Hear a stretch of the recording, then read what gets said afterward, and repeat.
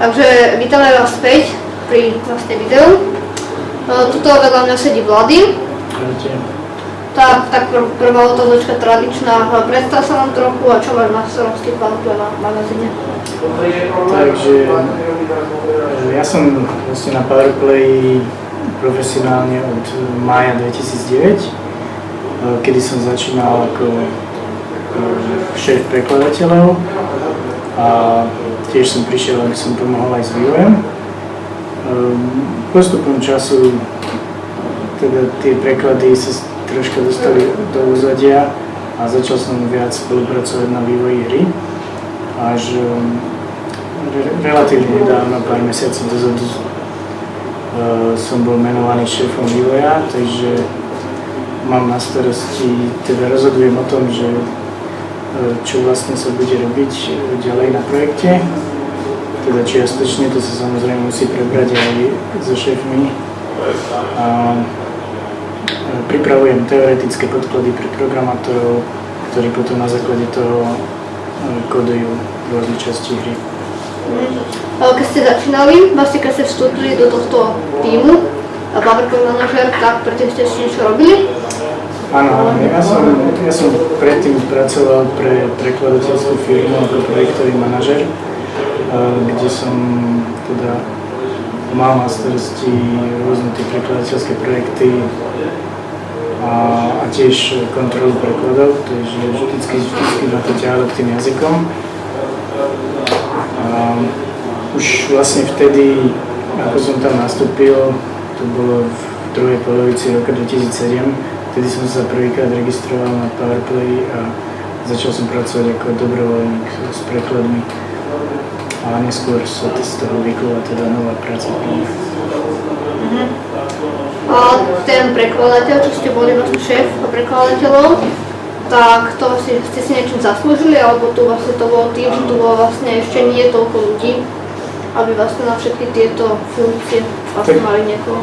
Na začiatku, keď som sa teda zaregistroval, ešte vôbec nebola žiadna hra. Bolo len užívateľské konto a diskusie. A občas teda samozrejme chalani dávali novinky. A Ivan vtedy zháňal prekladateľa pri tieto novinky, tak som sa prihlásil. A v podstate od začiatku som ma neurobil dojem, pretože začal som to tam tak organizovať, pretože sa mi nepáčili dovtedajšie preklady a chcel som ich všetky poopravovať, takže Ivan potom zistil, že lepšie bude, keď si zoberiem celé tie preklady na starosti. Dobre. A teraz vlastne v súčasnosti momentálne na čom pracujete tak ako? No samozrejme na dizajne, to je teraz projekt, ktorý už finišuje. Budúci týždeň by sme to chceli celé spustiť, ešte sa dorábajú nejaké veci, bude to veľmi natesné, je to s tým strašne mnoho to spojené, lebo nemení sa iba dizajn, ale aj funkcionalita niektorých stránok a teda vyžaduje to aj teoretickú prípravu a aj od programátora to vyžaduje veľa kodenia, aby to všetko fungovalo tak ako má. Mohli by ste nám ukázať, že čo je našou náplňou práce? Toto je zhodné okolnosti kód stránky, kde sa budú nahrávať ľadové plochy. Ten sa bude meniť, pretože ľadové plochy už nebudú 3D, ale 2D, to znamená, že budú rýchlejšie spracovávané, stačí, že bude ich stačiť schváliť a už to. A tuto vidíte aj texty. A vlastne texty sú jedna z vecí, ktoré mám na starosti. Takže je to náročná práca. No áno, mám to fakt dosť texty. Vlastne všetky texty, ktoré sú na stránkach, som musel ja napísať a potom aj preložiť do angličtiny a potom to prekladajú ďalší prekladateľe do ďalších jazykov. Tých prekladateľov je vyše 100 a ja mám na starosti aj ich sledovanie, aby si všetci robili svoju prácu a kto si nerobí, tak... Máte toho vyše hlavy. Áno, áno. A A samozrejme som zároveň aj jedna z najdôležitejších vecí, čo robím, že som vlastne pre public relations, teda pre PR človek. Takže všetky maily, otázky od užívateľov ohľadom hry, alebo keď napríklad niečo nevedia si overiť e-mailovú adresu alebo také. Všetko ide vlastne sem a musím to riešiť. Takže mám kopec mailov každý deň, ktoré musím vyriešiť a ešte k tomu mám aj teóriu a texty. A stalo sa vám niekedy, alebo prebehla vám taká myšlienka, že toho máte strašne veľa, že by bolo na čase s tým skončiť, akože napríklad, že sa nemôžete venovať rodine alebo tak? Tak skončiť nie, ale samozrejme, že sú obdobia, kedy je toho dosť, ale ešte som nemal teda nejaké nutkanie skončiť. No dobre, ďakujeme. Tuto máme pripravené otázky pre ďalšieho člena PowerPoint manažer týmu. Ahoj, mohol by sa nám v krátkosti predstaviť? Ahoj, tak ja som Peťo, na PowerPlay mám nick Dejulko. Pre PowerPlay pracujem pomaly rok a v poslednej dobe sa venujem vlastne hlavne vývoju hry Tennis Duel. Čo to obnáša ako práca alebo vývoj hry?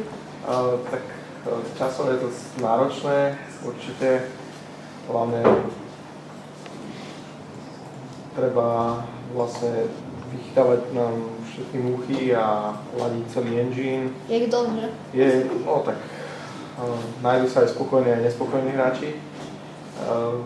Teraz vlastne končíme pomaličky beta verziu a pomaly budeme púšťať ostrú verziu, čiže dá sa povedať, že pomaly prakticky finišujeme. Doľaďujeme posledné kroky v engine, čo sa týka prepočtu, tie budú o pár dní prakticky aj vonku. Púšťame posledné kreditné funkcie, ktoré sú zatiaľ v pláne a niekedy na pár týždňov budeme púšťať ostrú verziu. A kedy by vlastne mala tá ostrá verzia zhruba? Predpokladný plán spustíme niekedy po polke mája, ale záleží od viacerých faktorov, či to budeme púšťať alebo nie. Ale tá Tennis Duel, na Tennis Dueli sa vlastne spustil už druhý server pred pár týždňami. Rozhodli sme sa spustiť ďalšiu verziu, nakoľko oproti prvej verzii je tam obrovské množstvo zmien. Čo sa týka engineu, samotných úloh, pribudlo 150 nových úloh, ak sa nemýlim. A je tam množstvo ďalších vychytávok a tak sme zvolili tú variantu. A vlastne Tennis Duel to je to samozrejme, že je to od tých tvorcov ako PowerPoint manažer. A bude to mať aj nejakú spoločnú diskusiu alebo také nejaké prepojenie s tým? Momentálne prepojenie je hlavne tým vývojom, že je vlastne vyvíjaný firmou PowerPlay.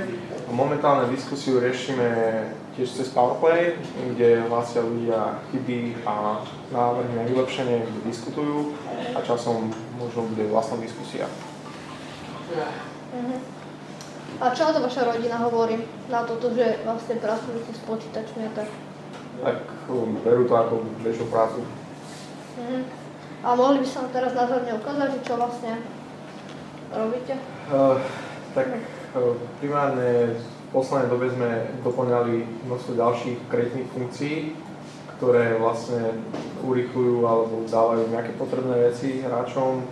Napríklad máme tam vychytávky ako trvalý príkaz, ktorý automaticky vlastne vkladá peniaze od sponzora priamo na účet, čiže ľudia, ktorí sú menej v hre, tak neprídu o toľko peniazy. Toto bolo aj dosť veľa sťažností na tých diskusiách, že vlastne peniaze nie sú dostupné. My pravidelne sledujeme tieto diskusie a snažíme sa prísť s inováciami, aby vyhovovali vlastne podmienky užívateľom.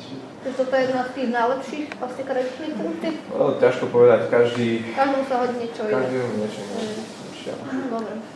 Tak, ďakujeme za rozhovor. Teraz ideme vyspovedať ďalšieho člena. Takže mohol by sa nám predstaviť? No ja som Adam a na PP mám nick Frustiante. No a momentálne pracujem na okelovom life, ktorý už bol zverejnený v novinke, jedna akcia, ako bude vyzerať. Takže tomu sa venujem asi posledného pol roka.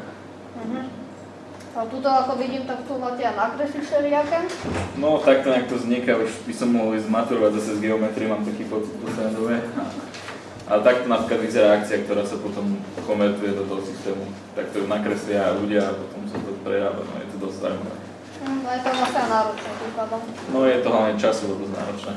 Ono sa to nezdá, ale ako nastaví to tak, aby tí hráči vyzerali prirodzene, tak je to skoro. Nakresliť to nie je ťažké, tak ale... Nakresliť je to relatívne v poriadku, ale ak tam robí niekto chybu v tom nakrese, tak potom je to plné. Ako ste sa dostali do tejto práci vlastne?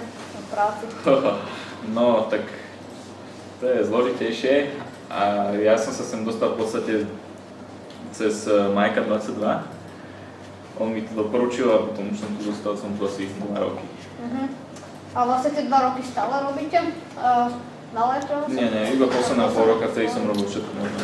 Už ani neviem, čo všetko, fakt sa nedá vymenovať. Dobre. A kedy vlastne sa spustí ostrá verzia? Ktorok na spustí? Ostrá verzia, ale dizajner? Live bude trošku neskôr, zatiaľ presný termín zatiaľ nevieme, ale to je z dohľadnej doby. A nejak niečo ešte ďalšie, nejaké štadióny, alebo vlastne... No momentálne to robí Tomkins, on robí teraz hokejový štadión a akurát sme teraz dali dokopy jednu verziu, takže ešte tuto niečo chýba, ale to je v poriadku. A vlastne príslušenstvo a tak to bude to isté, ne? Hej, alebo aj nejaké novinky? Tam sa nemyslím, že nemení nič. Ide iba o čisto tú grafiku, jak to bude vyzerať. Dá sa to personalizovať, ak je tu vidno, proste dá sa to farbiť akokoľvek, dá sa tam dať nápis nejaký. Čiže tak. Dobre. A okrem tých liveov teda predtým, tak čo ste robili? Akože najčastejšie alebo najviac? Ja sa pozriem, ja to tu niekde mám napísané.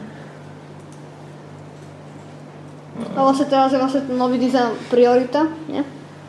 No teraz je to určite priorita. Takže... No robil som napríklad brankárske masky, tu vidím, že som robil. Takže grafik? Tieto grafické veci boli nejaké ocenenia pre manažerov, to boli tie všetky plakety, tieto veci. Čiže puky predtým, no dosť hlavne s tými grafickými elementami som sa v poslednej dobe hral. Takže budeme mať vlastne tú grafiku, najmä teda pred tým liveom. Dajme tomu. Dobre, a ešte niečo, nejaké pikošky alebo nejaké novinky? Ešte sa chystá? Tak čo sa chystá, je myslím všetko zverejnené. Ako teraz máme fakt tie najväčšie projekty, to je ten design, potom bude ten live. A ten live zhruba kedy? No, nechcem hovoriť termín. Tak cca aspoň. Ale myslím, že v júni by to už mohlo byť. V júni?